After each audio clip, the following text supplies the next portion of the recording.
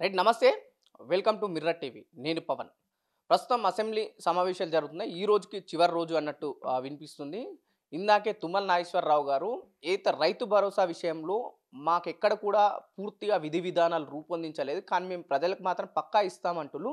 ప్రజలకు ఏ విధంగా రైతు భరోసా ఇస్తారు? నిజంగానే రైతు భరోసా ఇస్తారా? ఏదైతే గతంలో బీఆర్ఎస్ ప్రభుత్వం రైతు బంధాన్ని తీసుకొచ్చి వీళ్ళు రైతు భరోసా అన్నారు. ఈ 7,000 ఇస్తాం, వాళ్ళు 5,000 ఇస్తులని. నిజంగానే రైతు భరోసా ఇస్తారా? గత 2 ఏదైతే ఖరీఫ్‌లో కావచ్చు, ఇంకో పంటకు కావచ్చు, ఎండాకాలం పంట ఇక్కడ కూడా రైతు బంధు కావచ్చు, వీళ్ళు ఏదైతే పెట్టుకున్న రైతు భరోసా కావచ్చు, ఇక్కడ కూడా పడ్డట్టు మనకు కనిపిస్తలేదు. ఇంకా ముందు ఇచ్చే పరిస్థితి ఉందా? లేకుంటే ఇంకా విధి విధానాల లోనే ఉన్నారా అనే విషయాలు కూడా మనం మాట్లాడే ప్రయత్నిద్దాం. ఇంకోటి ఏదైతే కేటీఆర్ అరెస్ట్ అంటూ పెద్ద ఎత్తున గత 2, 3 రోజుల నుంచి రాష్ట్రంలో పెద్ద బ్రేకింగ్ న్యూస్ నడుస్తుంది. ఈ విషయం కూడా మనం మాట్లాడే ప్రయత్నం చేద్దాం. నిన్న హైకోర్టు కూడా రాష్ట్రానికి సూచించింది. ఎక్కడ కూడా కేటీఆర్‌ని నెక్స్ట్ 10 డేస్ వరకు మీరు కేటీఆర్‌ని అరెస్ట్ చేసే వీల్లేదన్నది. వెంటనే ఈడీ కూడా కేసు బుక్ చేయడం అయింది. మనం వీటిపైన మాట్లాడే ప్రయత్నం చేద్దాం. అక్క నమస్తే అక్క. ముందుగా అసెంబ్లీ సమావేశాలు చూస్తున్నారు మీరు? చూస్తున్నాను. ఎట్లుంది? గతంలో ప్రచారంలో ఉన్నప్పుడు బీఆర్ఎస్ ఉంటే 5,000 వస్తది. మేమొస్తే 7,000 ఇస్తాం. సంవత్సరానికి 15,000 ఇస్తామన్న వాళ్ళు ప్రస్తుతం రైతు భరోసా పైన ఎక్కడ కూడా విధి విధానాలు పూర్తి స్థాయిలో మేము రూపొందించాలేమన్నారు తుమ్మల నాగేశ్వరరావు గారు. దీన్ని ఇలా చూడొచ్చు. ఇవాళ అసెంబ్లీ కార్యక్రమాలు గనుక చూస్తా ఉంటే ఈ రైతు భరోసా మీద చర్చ అనేటువంటి ఈ ఎజెండా అంశం ఏదైతే ఉన్నదో దాన్ని పక్కదారి పట్టిస్తూ వాళ్ళు ఏ వేదికనన్నా కానివ్వండి, ఎక్కడన్నా మాట్లాడినియండి, వేదిక ఏది, సందర్భం ఏది, ఎక్కడ మాట్లాడుతున్నాం అనే సోయి లేకుండా, కనీస స్పృహ లేకుండా కేవలం బీఆర్ఎస్ని నిందించడానికి, కేసీఆర్ని నిందించడానికి, దూషించడానికి, గత పాలనను తప్పుపట్టడానికి, గత 10 ఏళ్ల సువర్ణాధ్యాయాన్ని బంగారు అక్షరాలతో తెలంగాణ చరిత్రలో రాసుకోదగ్గ ఆ పాలనను కించపరచడానికి, అవమానించడానికి ఉపయోగించుకుంటున్నారు తప్ప చిత్తశుద్ధితో ఇవాళటి ఎజెండా అంశం ఏంటి, ఏం మాట్లాడుతున్నాం అనేటువంటి కనీస స్పృహ ఉన్నట్టు కనిపిస్తలేదు. అంటే గతంలో వీళ్ళు బలంగా హామీ ఇచ్చిళ్ళు. రైతు డిక్లరేషన్ అన్నారు. రైతులకు ఈ ప్రభుత్వం ఇంత చేస్తే దీనికన్నా 10 చేసి మీకు రెట్టింపు లాభం కావచ్చు, ఆదాయం మీకు ఇస్తామన్న ప్రభుత్వం ప్రస్తుతం ఈ రుణమాఫీ విషయంలో కావచ్చు, రైతు భరోసా విషయంలో ఎక్కడ కూడా పూర్తి స్థాయిలో అమలైన పరిస్థితులు కనిపిస్తలేవు. నిజంగానే రైతులకు ఇచ్చిన మాట తప్పిందా కాంగ్రెస్ అనుకోవచ్చా? 100% తప్పింది. ఎన్నికలకు ముందే చెప్పిండ్రు కదా, ఎన్నికలకు ముందు రైతు బంధు కాదు, డిసెంబర్ 9 దాకా ఆగుండి మేము వస్తే రైతు భరోసా ఇస్తాము, 10,000 కాదు 15,000 ఇస్తాం ఎకరానికని స్పష్టంగా చెప్పిండ్రు కదా. రైతుకి ఇస్తాము, తర్వాత రైతు కూలీలకు ఇస్తాము, కౌలు రైతుకి ఇస్తాము అని నమ్మబలికిండ్రు కదా. ఇవాళ మేము ఇంకా విధి విధానాలే రూపొందించలేం అని నాలిక మడతెట్లేస్తారు. ఇదెక్కడ న్యాయం? ఈ దాటవేత ధోరణి ఏంది? ఇప్పటికే ఒక పంట, ఇవాళ కేటీఆర్ గారు స్పష్టంగా చెప్పిండ్రు, ఒక పంట కాదు, వాళ్ళు ఇప్పుడు రైతుకి ఇవ్వాల్సింది 17,500 ఒక్కొక్క ఎకరానికి రైతుకు కాంగ్రెస్ బాకీ పడి ఉంది. ఈ కాంగ్రెస్ ప్రభుత్వము ప్రతి రైతుకు ఎకరానికి 17,500 రూపాయలు బాకీ పడి ఉంది. ఈ బాకీ ముందు తీర్చాలి, హామీ నెరవేర్చుకోవాలి. మాట ఇచ్చారు, మాట తప్పుతున్నారు. మాట తప్పడమే కాదు, ఉన్న పథకాన్ని కూడా మీరు కొనసాగిస్తలేరు. రైతు బంధు టెన్షన్గా కరోనా కష్టకాలంలో కూడా కేసీఆర్ వేళకు అందించారు కదా. ఏ రకంగా కూడా కేసీఆర్ గారు వ్యవసాయానికి ఇచ్చినటువంటి ప్రాధాన్యత యావత్తు దేశమే ఇటు మరి చూసే విధంగా, ఈ తెలంగాణ వైపు చూసే విధంగా, నేర్చుకునే విధంగా కేంద్ర ప్రభుత్వం ఈ రాష్ట్రాన్ని అనుసరించే విధంగా ఉండేది కదా. వాళ్ళు ఈ పథకాన్ని రూపొందించుకున్నారు కదా. అన్నదాత ఎద్దేడ్చిన ఎగుసము రైతేడ్చినటువంటి ఆ నాగలి అని పెద్దలు ఏదైతే చెప్తారో అది అక్షర సత్యం కదా. అప్పుడు గతంలో ఎంత దయనీయమైన పరిస్థితి ఉండే, దేశానికి అన్నం పెట్టే రైతన్న పరిస్థితి ఎట్లా ఉంటుండే. ఇంకా ఉద్యమ కాలంలో ఒక టీవీ ఇంటర్వ్యూలో నేను చూశాను, గోరటి వెంకన్న ఇంటర్వ్యూ నడుస్తూ ఉంది. ఆయన పాడినటువంటి పాట, సేతాన మేడుందిరా తెలంగాణ సేలన్ని బిల్లైరా, కంపతారు సెట్లు కొట్టి అమ్ముకొని కడుపు నింపుకునే కాలం వచ్చినది, ఎగుసాలు ఏమాయరా తెలంగాణ సేలన్ని బిల్లాయరా అని ఆయన పాడుతూ ఉంటే కదిలిపోయి, ఆయన చాలా గొప్పగా ప్రాజెక్టుల దుస్థితిని, వలస పాలనలో తెలంగాణ వ్యవసాయం ఎట్లా వెనుకబడ్డది కళ్ళకు గట్టి ఆయన పాడుతూ ఉంటే ఆ లైవ్లో నాటి ఉద్యమ దళపతి కేసీఆర్ గారు ఆ గోరటి వెంకన్న గారికి పాదాభివందనం తెలియజేసిండండి. ఎంతో ఉదాత్త హృదయం ఆయనది. తెలంగాణ కరువును, తెలంగాణ ప్రజల దుఃఖాన్ని, తెలంగాణ రైతు గోసను కళ్ళకు గడుతున్నటువంటి వెంకన్నను లైవ్లో తను కేసీఆర్ గారు ఉద్యమ దళపతి, అంత గొప్ప వ్యక్తి, తెలంగాణ సమాజం యావత్తు ఆయన అడుగుజాడలో నడుస్తున్నటువంటి ఆ తరుణంలో గోరటి వెంకన్న గారికి ఆయన లైవ్లో పాదాభివందనం చెప్పారు కేసీఆర్ గారు. అట్లాంటి పరిస్థితులు ఉన్నటువంటి ఆ గోస చూసిండు, అదంతా చూసిండు. ముందుగా వ్యవసాయాన్ని దారిలోకి తీసుకురావాలి, అన్నదాతకు వెన్నుదన్నుగా నిలబడాలనేటువంటి ఒక ఆలోచనతోని ఆయన ఎన్ని చేయగలుగుతాన్ని ఆయన మేనిఫెస్టోలో పెట్టకున్నప్పటికీ, హామీ ఇవ్వకున్నప్పటికీ వ్యవసాయానికి ఏం చేస్తే మనం రైతును ఆదుకున్నట్టు అవుతుంది, అదనపు పంట పండించినట్టు అవుతుంది అని చెప్పేసి ఎందుకంటే ఒకప్పుడు ఈ ఆంధ్ర వలస పాలకులు మీకు వ్యవసాయమే రాదు, మీకు వ్యవసాయం చేత కాదు అని చెప్పినటువంటి వాడు. మరి అటువంటి స్థితి నుంచి దేశానికి అన్నం పెట్టే విధంగా, ఇవాళ పంజాబ్ను తలదన్నే విధంగా వరిని పండించి ఒక అన్నం గిన్నెలాగా, ఒక బువ్వకుండలాగా తెలంగాణను తీర్చిదిద్దిన ఘనత ఆయనది కాదా? నీళ్ళిచ్చి 24 గంటల కరెంట్ ఇచ్చి, సకాలానికి ఎరువులు ఇచ్చి, విత్తనాలు ఇచ్చి, ఏ కొరత లేకుండా చూసుకొని, మరి కరోనా లాంటి కష్టకాలంలో కూడా కరెంటు కోతలు లేకుండా, తర్వాత రైతు బంధు ఆపకుండా అన్ని రకాలుగా. ఇప్పుడు కాంగ్రెస్ పార్టీ కూడా పూర్తిగా వాళ్ళు ఇచ్చిన హామీ 2 లక్షలకు అయితే గతంలో బీఆర్ఎస్ ప్రభుత్వం 1 లక్ష రుణమాఫీ చేసి మేము 2 లక్షల రుణమాఫీ మేము చేసినాం పూర్తి స్థాయిలో అని వాళ్ళు చెప్పు. నిజంగానే కాంగ్రెస్ పార్టీ రైతులకు మంచి చేయలేదంటారు ఇప్పుడు మీరు? కేటీఆర్ గారు స్పష్టంగా చెప్పిండ్రు ఇవాళ. బీఆర్ఎస్ పార్టీ, మా పార్టీ వర్కింగ్ ప్రెసిడెంట్ కేటీఆర్ గారు చాలా స్పష్టంగా దమ్ముతో, ధైర్యంతో, అసెంబ్లీ సాక్షిగా, వాళ్ళు అసెంబ్లీని అబద్ధాలు ఆడడానికి అడ్డాగా మలుచుకుంటే అసెంబ్లీని ప్రజా సమస్యల పరిష్కారానికి, ప్రజా సమస్యలను లేవనెత్తడానికి బీఆర్ఎస్ ఉపయోగించుకుంటారు. మరి ఇవాళ కేటీఆర్ గారు స్పష్టంగా చెప్పారు, ఏ ఒక్క గ్రామానికైనా, వాళ్ళే కాంగ్రెస్ వాళ్ళు చెప్పిన గ్రామమైనా సరే, ముఖ్యమంత్రి గారి స్వగ్రామమైనా సరే, లేదా తన నియోజకవర్గంలో సిరిసిల్లాలోని గ్రామమైనా సరే, ఏ ఊరికైనా వెళ్దాం, ఎక్కడన్నా రైతుకు 100% రుణమాఫీ కనుక జరిగితే 2 లక్షల రుణమాఫీ, మరి నేను రాజీనామాకు సిద్ధం, స్పీకర్ ఫార్మాట్లో నేను రాజీనామా చేస్తాను, వైదొలుగుతాను, రాజకీయ సన్యాసం తీసుకుంటానని అంత స్పష్టంగా చెప్పిందంటే దీన్ని బట్టి అర్థమవుతుంది కదా. వాళ్ళు చెప్పింది ఒకటి, చేసింది ఒకటి. చారాన వంతు 25% కూడా రైతులకి వాళ్ళ రుణమాఫీ జరగలేదు. ఎన్నికలకు ముందు వాళ్ళు ఆపిండ్రు, ఎలక్షన్ కమిషన్కు ఫిర్యాదు చేసి, కంప్లైంట్ చేసి ఎన్నికలకు ముందు మరి ఆ రైతు బంధుని ఆపి, ఆ రైతు బంధుని ఎన్నికలైనాక ఇచ్చిర్రు. అది కూడా చాలా రోజుల తర్వాత ఇచ్చిర్రు. అప్పటి వరకు ఆగి ఉన్నటువంటి రైతు బంధు కోసం తీసిపెట్టినటువంటి ఆ నిధులు ఇటు మళ్లించలేదు, అవి దారి మళ్లించి ఏ కాంట్రాక్టర్లకు ఇచ్చి తర్వాత ఎప్పుడో డిమాండ్ చేస్తూ ఉంటే, పార్లమెంట్ ఎన్నికలకు ముందు బీఆర్ఎస్ డిమాండ్ చేస్తే ఆ రైతు బంధు ఇచ్చిండ్రు. ఇప్పుడు వీళ్ళు ఏదైతే రైతు భరోసా వేసుకొచ్చిళ్ళు, మీరు ఏదైతే ఎకరానికి 5,000 ఇస్తే మేము 7,000 ఇస్తామన్న వీళ్ళు ప్రస్తుతం ఎక్కడ కూడా విధి విధానాలు రూపకల్పన చేయలేమంటే, నిజంగానే వీళ్ళు 15,000 సంవత్సరానికి 15,000 ఇస్తా అన్న వాళ్ళు నిజంగానే ఇచ్చే పరిస్థితి కనిపిస్తున్న ప్రస్తుతం ఉన్న సిచ్యువేషన్ చూస్తే? వాళ్ళు మాట్లాడే మాటను చూస్తే రైతు భరోసా లేదు, రైతు బంధు లేదు. మొత్తానికే కేసీఆర్ గారు ఎన్నికలకు ముందు ఏదైతే చెప్పిండ్రో, కాంగ్రెస్ వస్తే రైతు బంధుకు రామ్ రామ్ రామ్ రామ్ పలికేటట్టే ఉన్నారు. రైతు బంధుకు మరి వాళ్ళు ఇడుపుగాయదం ఇచ్చేస్తున్నారు. రైతుకు ఏ రకంగా మేలు చేసే ప్రభుత్వం కాదు ఇది కాంగ్రెస్ ప్రభుత్వం. కాంగ్రెస్ అంటేనే రైతును ముంచే ప్రభుత్వం.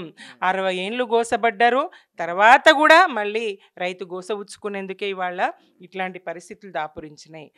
కాంగ్రెస్ పాలన అంటేనే రైతు నిండా ముంచేది. నాడు 6 గంటల కరెంటు మేమే ఇచ్చినామని చెప్పి, నిజమే మీరే మొదలుపెట్టినారు ఉచిత కరెంటు, కానీ ఎంత అండి?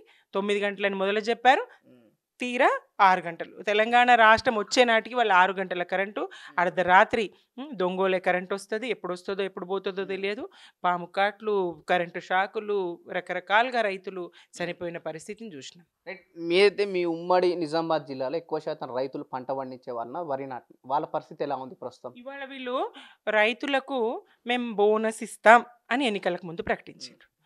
తర్వాత మెల్లగా మాట మార్చి వీళ్ళు బోనస్ సన్నవడ్లకు మాత్రమే బోనస్ ఇస్తామని, సన్నవడ్లకు మాత్రమే బోనస్ ఇస్తామని చెప్పేసి ఆ సన్నవడ్లకు కూడా అందరి రైతులకు ఇవ్వక సకాలంలో కొనక వాళ్ళంతా కూడా బ్లాక్లో ఇతర వ్యాపారులకు దళారులకు తిండి గింజల్ని మరి పెట్టిన పెట్టుబడి వాళ్ళకు అప్పై కూర్చుంటుంది. ఇంకోటి వర్షాలు పడతా ఉన్నాయి, ఆ గింజల్ని ఎక్కడ దాచాలో తెలియదు, సదుపాయాలు లేవు వాళ్ళకు. కాబట్టి వాళ్ళు ఏం చేసిండ్రు, ఎక్కడో ఒకక్కడ అమ్మేసిండ్రు. వీళ్ళు ఇచ్చింది ఎంత, వీళ్ళు ముంచింది ఎంత రైతులకు, వీళ్ళు ఇచ్చింది ఎంత.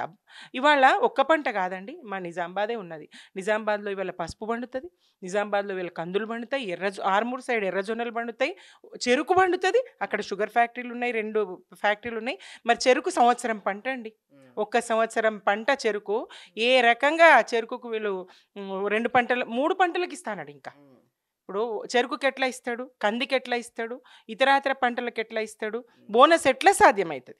బోనస్ మిగతా పంటలు ఒక సన్న వడ్లకే నువ్వు బోనస్ అన్నావు, అది కూడా నువ్వు సకాలంలో కొనవు, సకాలంలో డబ్బులు ఇవ్వవు రైతులు. స్పష్టంగా దళారీ వ్యవస్థ కనబడతా ఉన్నది. దళారులను పెంచి పోషించే ప్రభుత్వం ఇది కాంగ్రెస్ ప్రభుత్వము. ప్రజాప్రభుత్వం కాదు, రైతుల ప్రభుత్వం కాదు. ఇది పేరు ప్రజాప్రభుత్వం అని చెప్పడమే తప్ప ఇది పాలకుల కాడ నుంచి మొత్తం కూడా దళారీ వ్యవస్థని. ఇవాళ అసెంబ్లీ సాక్షిగా అర్థమవుతలేదా అండి? వాళ్ళు ఎంతసేపు అవమానించాలనే తప్ప ఇంకొక ధ్యాస వాళ్ళకి కనబడతలేదు. విషయం మీద చర్చిద్దాం, ఏది మంచి అసలు చర్చ అనవసరం అండి. మీరు ఎన్నికలకు ముందు చెప్పిండ్రు రైతు భరోసా ఇస్తామన్నారు, ఎకరానికి 10,000 ఆ ప్రభుత్వం ఇస్తుంది, 15,000 మేము ఇస్తామన్నాం. ఈ బీఆర్ఎస్ 2 పంటలకే ఇస్తుంది, 3 పంటలకు ఎందుకు ఇస్తలేదని నోటికి ఎంత వస్తే అంత వాగి అవమానించినటువంటి ఆ రేవంత్ రెడ్డి 2 పంటలకు కూడా ఇయ్యని పరిస్థితి. ఇవాళ ఒక్క పంటకు కూడా ఇవ్వలేదు. వానకాలం పంటకు లేదు, యాసంగి పంట కూడా నాట్లు పడుతున్నాయి, వరి నాటుతున్నారు, విత్తుతున్నారు, మరి చెరుకు పంట వేస్తున్నారు.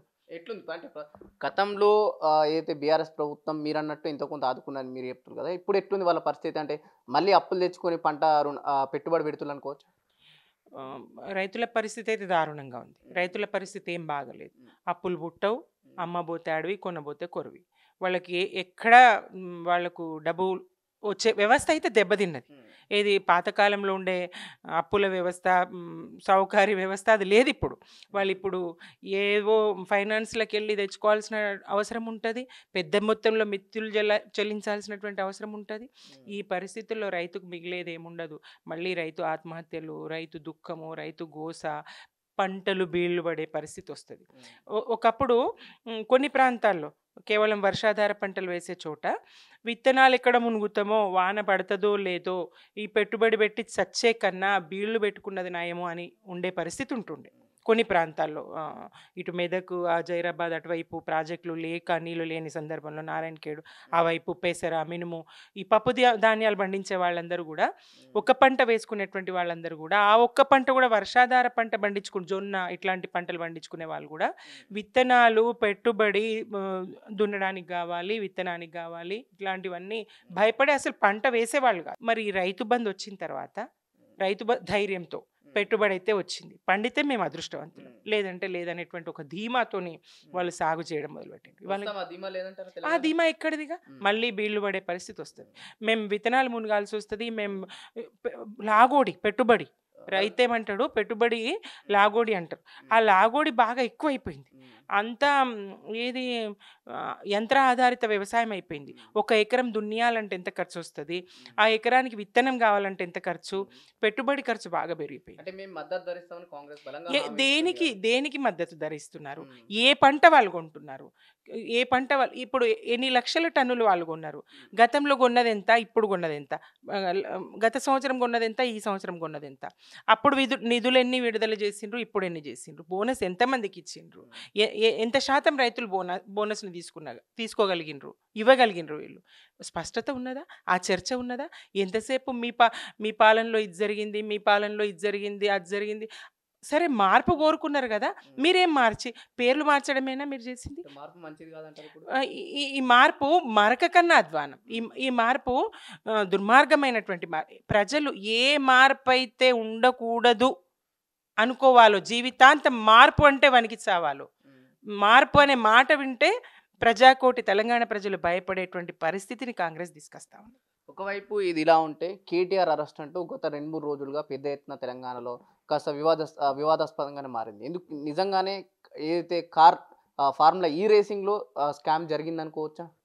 ఎంత మాత్రం లేదు. హ్మ్. ప్రపంచ దేశాలు గర్వించే విధంగా, హ్మ్. ప్రపంచ దేశాలన్నీ గర్వించే విధంగా ప్రపంచమంతా ఒక్కసారి కోట్లాది మంది ఇటువైపు తలదిప్పి చూసే విధంగా హైదరాబాద్ బ్రాండ్ అంబాసిడర్‌గా ఒక ప్రగతికి, ఒక డెవలప్‌మెంట్‌కి, ఒక ఆధునికతకు చిహ్నంగా ప్రపంచం గుర్తించే స్థాయికి హైదరాబాద్‌ని తీసుకెళ్తే హ్మ్. ఒక్కసారి ఎంత దెబ్బ ఇది! హ్మ్. ఎంత అవమానం హైదరాబాద్‌కు. తెలంగాణ రాష్ట్ర రాజధాని హైదరాబాద్‌కు ఈ రేవంత్ రెడ్డి చర్య హ్మ్. దుర్మార్గమైనటువంటి చర్య ఇది. ఇంతకన్నా అవమానం ఇంకేం లేదు. అంటే హ్మ్. వాళ్ళు చెప్తున్నారు దాదాపు 55,00,00,000 కుంభకోణం జరిగింది ఈ ఫార్ములా ఈ రేసింగ్‌లో అని. అది కుంభకోణం ఎట్లయితది? హ్మ్. స్పష్టంగా ఇక్కడి నిధులు అక్కడికి హ్మ్. బదిలీ అయినాయి. స్పష్టంగా అక్కడ లెక్కలున్నాయి. ఆధారం ఉన్నది. అంతా ఉంది. హ్మ్. ఇదేదో ఇల్లీగల్‌గా ఈ ఆయనలాగా బ్యాగుల్లో మోసుకొని పోలేదు గదా!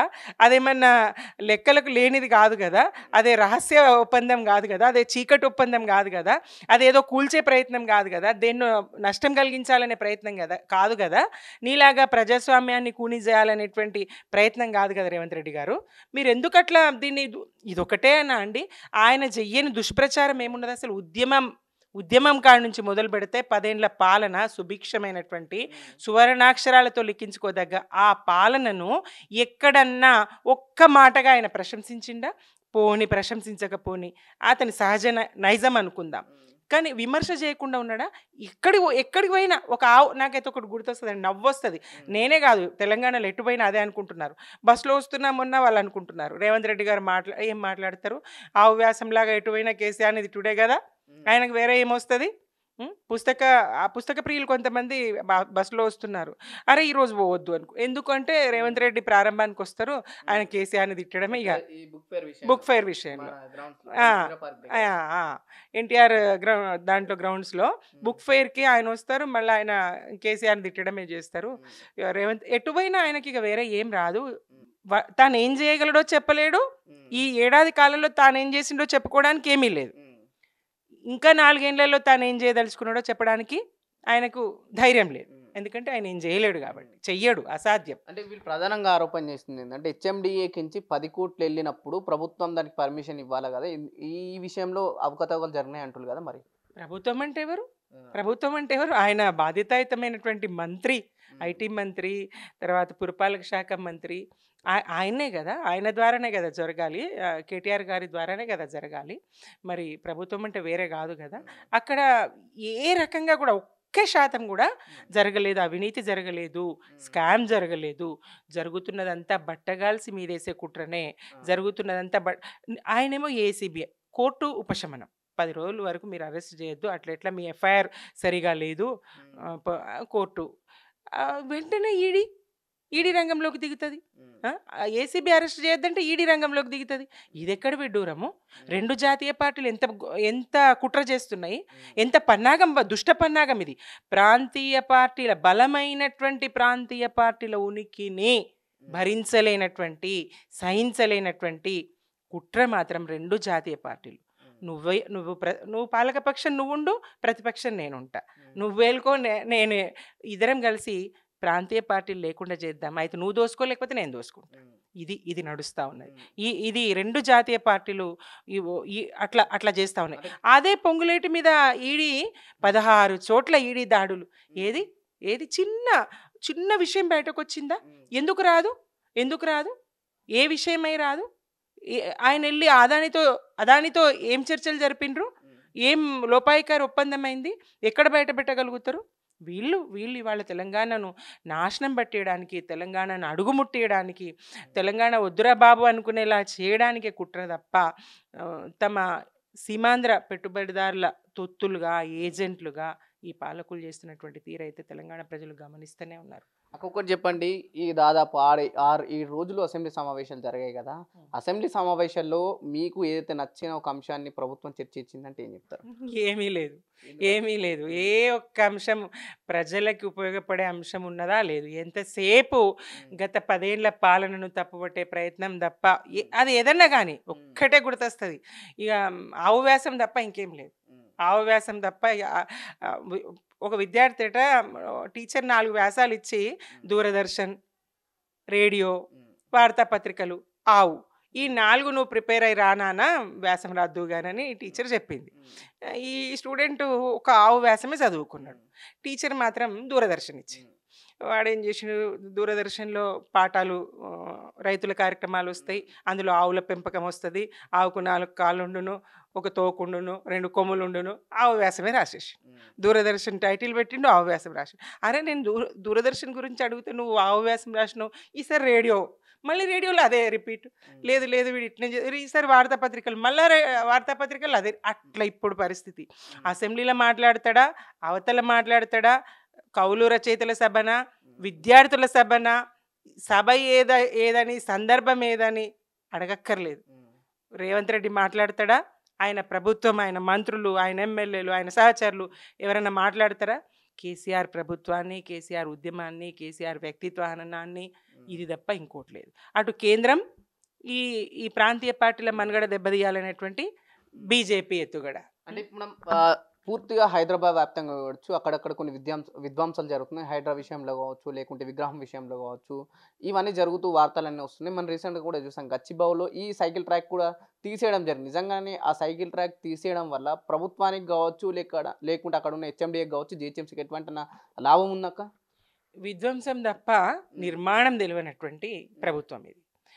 అక్కడ సైకిల్ ట్రాక్ చూస్తూ ఉంటే ఆ వైపు వెళ్ళిన వాళ్ళందరూ ఒక రజనీకాంత్ ప్రశంసిస్తాడా ఆ వైపు నుంచి వెళ్తూ?